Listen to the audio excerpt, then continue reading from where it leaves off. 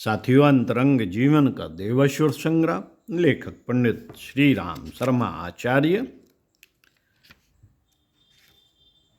पढ़कर सुना रहे थे आपको लोकेशणा की प्रवंचना।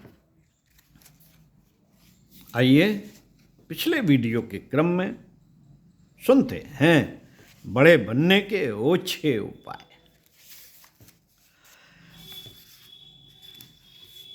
मित्रों, प्रशंसा का उद्देश्य लेकर थोड़ा सा सेवा कार्य कर देने वाले, लंबे चौड़े लेक्चर झाड़ने वाले, बढ़ चढ़ कर बातें बनाने वाले लोग अपने हथकंडों से बड़प्पन लूटने में सफल हो जाते हैं। यह सामाजिक जीवन के लिए एक खतरा है। राजनीतिक चुनावों में अयोग्य और अनुपयुक्त व्यक्ति भी केवल बड़प्पन प्राप्त करने के लिए उम्मीदवार खड़े हो जाते हैं और अंधाधुंध धन व्यय करते थे। थोड़ा सा दान देकर अपने नाम का पत्थर लगवाने की या नामवारी छपवाने की प्रवृत्ति निम्न कोटि की है। इसमें दान या सेवा का नहीं, प्रशंसा प्राप्त करने का अहंकार ही प्रधान है। अहिंसा को पाप माना गया है। पाप ही नहीं, उसे पाप का मूल भी कहा गया है। पाप मूल अभिमान की उक्ति प्रसिद्ध है। यह पाप जहां भी रहेगा वहां सेवा क्या बन पड़ेगी। सत्कर्म कहां संभव होगा। नाम के भूखे पागल लोग जहां नाम नहीं मिलता वहां से खिसकने लगते हैं और जहां जोड़ तोड़ भिड़ाते हैं वहां जोड़ तोड़ भिड़ाते हैं, जिससे किसी भी प्रकार उन्हें नामवारी प्राप्त हो। एक संस्था छोड़कर दूसरी में, दूसरी को छोड़कर तीसरी में घुसते फिरने वाले लोग आमतौर से इसी मर्ज के मरीज होते हैं। सैद्धांतिक मतभेद के कारण तो कोई बिरले ही इस प्रकार का परिवर्तन करते हैं। हमारा सार्वजनिक जीवन इस लोकेशणा की दुष्प्रवृत्ति के कारण कितना गंदा और मलिन होता चला जा रहा है, यह देखकर भारी दुख होता है। भारी दुख होता है। स्वराज में विश्वास करने वाले राजनैतिक विचार के लोग जब स्वतंत्रता संग्राम में जुट पड़े तो उस संघबद्ध प्रयत्न ने एक चमत्कार उत्पन्न कर दिया। निस्वार्थता एवं संगठन का परिणाम सदा ही चमत्कारिक होता है। धार्मिक जगत में त्यागी समझे जाने वाले लोग यदि अपनी लोकेशणा का त्याग कर सके होते तो भारत की धर्म प्रधान जनता को चारित्रिक दृष्टि से कहीं अधिक समुन्नत कर सकना बहुत ही सरल हो गया होता। धन और वासना का प्रलोभन छूट सकता है। धन और वासना का प्रलोभन छूट सकता है, पर लोकेशणा तो सबसे प्रबल है। उसका लोभ त्यागी कहे जाने वाले लोगों से भी नहीं त्यागा जाता। हमें मूक सेवा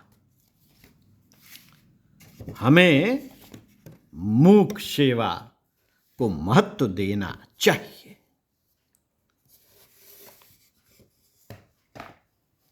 हमें मूक सेवा को महत्व देना चाहिए।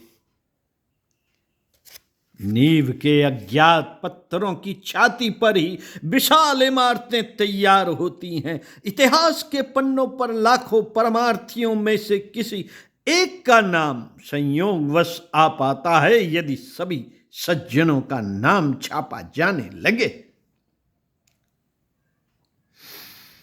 तो दुनिया का सारा कागज इसी काम में समाप्त हो जाएगा। यह सोचकर हमें प्रशंसा की ओर से उदास ही नहीं रहना चाहिए, वरन उसको तिलांजलि भी देनी चाहिए।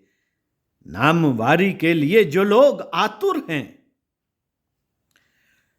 उनको निम्न स्तर का स्वार्थी ही माना जाना चाहिए।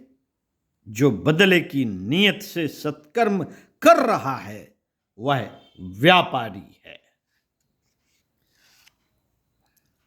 पुण्य और परमार्थ को वाहवाही के लिए बेच देने वाले व्यापारी हीरा बेचकर कांच खरीदने वाले मूर्ख की तरह हैं। जिसने प्रशंसा प्राप्त कर ली उसे पुण्य फल नाम की और कोई चीज मिलने वाली नहीं। जिसने प्रशंसा प्राप्त कर ली उसे पुण्य फल नाम की और कोई चीज मिलने वाली नहीं है। दोहरी कीमत वसूल नहीं की जा सकती। अहंकार को तृप्त कर लेने के बाद किसी को यह आशा न करनी चाहिए कि इस कार्य में उसे परमार्थ का दोहरा लाभ भी मिल जाएगा। प्राचीन काल में गुप्त दान की बड़ी महत्ता थी। बाइबल में कहा गया है कि तू दाहिने हाथ से दान कर, इस प्रकार कर कि तेरा बायां हाथ भी जानने ना पाए।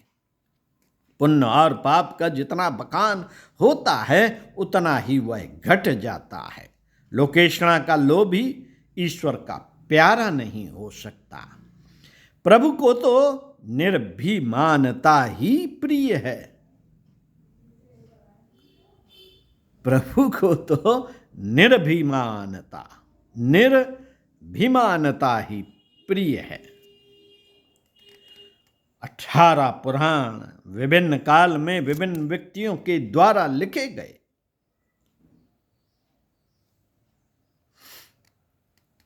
पर उनमें से किसी ने भी अपना नाम न देकर व्यास जी को ही उनकी रचना का श्रेय दिया। तुलसीकृत रामायण में कई व्यक्तियों ने अपनी कृतियों के छेपक लगाए, पर उसमें अपना नहीं तुलसीदास जी का ही नाम रखा। प्राचीन काल में नाम से बचने की प्रवृत्ति थी। लोग नाम को नहीं काम को महत्व देते थे। सत्कर्म करने से आत्मा में जो संतोष उत्पन्न होता और समीपवर्ती लोगों में जो गहरी श्रद्धा उत्पन्न होती, उतना ही लाभ प्राप्त करके प्रत्येक सत्कर्म प्रेमी को संतुष्ट हो जाना चाहिए। सेवा का यही परिपूर्ण पुरस्कार है। साथियों, आत्मसंतोष के लिए सत्कर्म, वाहवाही और नामवारी के लिए ओछे उपायों का अवलंबन करना उतना ही हेय है जितना धन और वासना की पूर्ति अनैतिक उपायों से करना। इस मानसिक दुर्बलता ने समाज का अन्य किसी भी भयंकर बुराई से कम आहित नहीं किया। सभ्य समाज की रचना के 3 प्रमुख आधारों में हमें सज्जनता का श्रेय प्राप्त करने का प्रयत्न करना चाहिए और हत्यारी लोकेशना से दूर रहना चाहिए। आज साथियों, आज महत्वाकांक्षाओं की आग में सारी दुनिया जल रही है। उन्नत के नाम पर प्रगति की अभिलाषा से बुरे बुरे दुष्कर्म करने में संलग्न है।